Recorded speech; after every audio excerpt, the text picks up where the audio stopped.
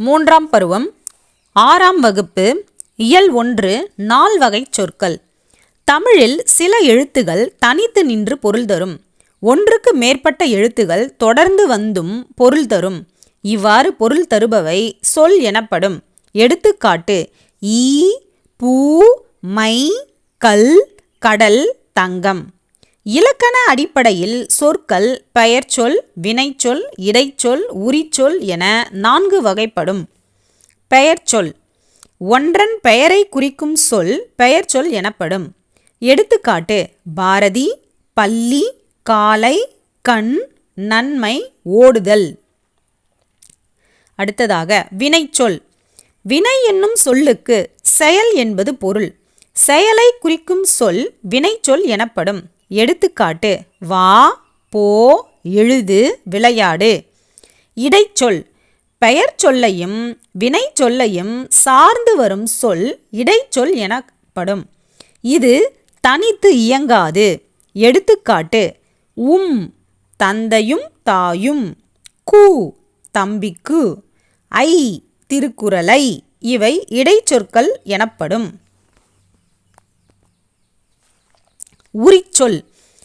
பெயர்ச்சொல், வினைச்சொல் ஆகியவற்றின் தன்மையை மிகுதிப்படுத்த வருவது உரிச்சொல் எனப்படும். எடுத்துக்காட்டு: மா, மாநகரம், சால, சாலச் சிறந்தது. 6ஆம் வகுப்பு இயல் 2 பெயர்ச்சொல். பெயரை குறிக்கும் சொல் பெயர்ச்சொல் எனப்படும். பெயர்ச்சொல் 6 வகைப்படும்.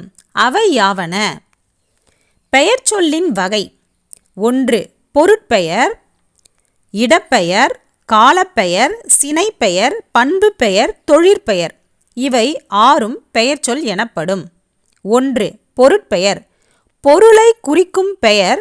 இது உயிருள்ள மற்றும் உயிரற்ற பொருள்களையும் குறிக்கும். எடுத்துக்காட்டு: மரம், செடி, மயில், பறவை, புத்தகம், நாற்காலி. 2. இடப்பெயர். ஓர் இடத்தின் பெயரை குறிக்கும் பெயர் இடப்பெயர். எடுத்துக்காட்டு: சென்னை, பள்ளி, பூங்கா, தெரு. 3. காலப்பெயர். காலத்தை குறிக்கும் பெயர் காலப்பெயர். எடுத்துக்காட்டு: நிமிடம், நாள், வாரம், சித்திரை, ஆண்டு. 4. சினைப்பெயர். பொருளின் உறுப்பை குறிக்கும் பெயர் சினைப்பெயர். எடுத்துக்காட்டு: கண், கை, இலை, கிளை. 5. பண்பு பெயர். பொருளின் பண்பை குறிக்கும் பெயர் பண்பு பெயர். எடுத்துக்காட்டு: வட்டம், சதுரம், செம்மை, நன்மை. 6. தொழிற்பெயர். தொழிலை குறிக்கும் பெயர் தொழிற்பெயர். எடுத்துக்காட்டு: படித்தல், ஆடுதல், நடித்தல். எடுத்துக்காட்டு: காவியா புத்தகம் படித்தாள். புத்தகம் பொருட்பெயர். காவியா பள்ளிக்கு சென்றாள். பள்ளிக்கு இடப்பெயர். காவியா மாலையில் விளையாடினாள். மாலையில் காலப்பெயர். காவியா தலை அசைத்தாள். தலை சினைப்பெயர். காவியா இனிமையாக பேசுவாள். இனிமையாக பண்புப்பெயர். காவியாவுக்கு நடனம் ஆடுதல் பிடிக்கும். ஆடுதல் தொழிற்பெயர்.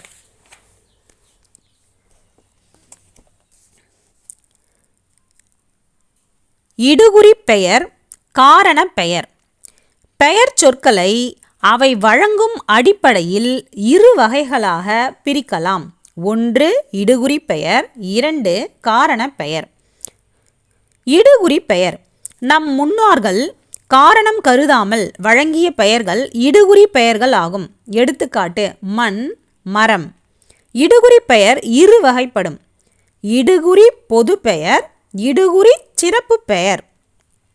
இடுகுறி பொது பெயர். காரணம் ஏதுமின்றி பொது தன்மை கருதி ஒரு பொருளுக்கு இட்டு வழங்கிய பெயர் இடுகுறி பொது பெயர் ஆகும். எடுத்துக்காட்டு: மரம், பழம். இடுகுறி சிறப்பு பெயர். காரணம் ஏதுமின்றி சிறப்பு தன்மை கருதி ஒன்றனுக்கோ அல்லது ஓர் இனத்திற்கோ இட்டு வழங்கிய பெயர் இடுகுறி சிறப்பு பெயர் ஆகும். எடுத்துக்காட்டு: மா, வாழை. 2. காரணப் பெயர். காரணத்தோடு ஒரு பொருளுக்கு வழங்கும் பெயர். எடுத்துக்காட்டு: நாற்காலி, கரும்பலகை. காரணப்பெயர் இரு வகைப்படும். காரண பொதுப்பெயர், காரண சிறப்பு பெயர்.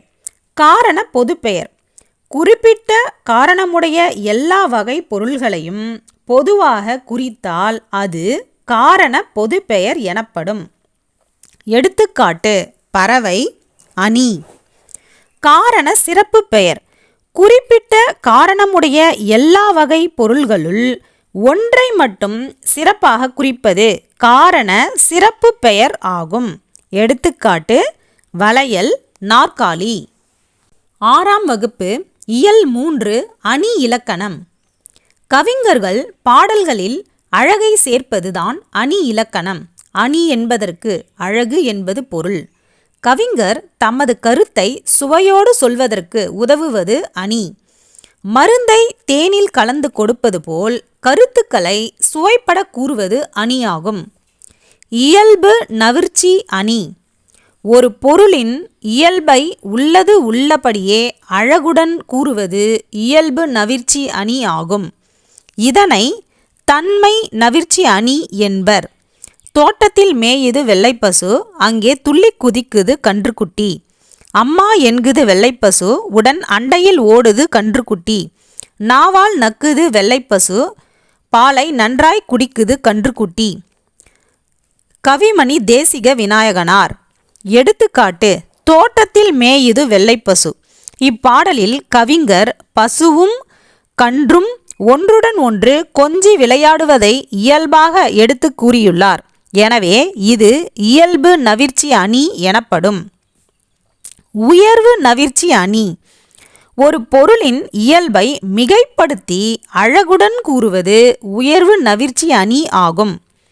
குளிர் நீரில் குளித்தால் கூதல் அடிக்குமென்று, வெந்நீரில் குளித்தால் மேலே கருக்குமென்று, ஆகாச கங்கை அனல் உரைக்குமென்று, பாதாள கங்கையை பாடி அழைத்தார் உன் தாத்தா. தாலாட்டு பாடல் என்று ஒரு தாய் தாலாட்டு பாடுகிறாள். இதில் உயர்வு நவிர்ச்சி அணி அமைந்துள்ளது.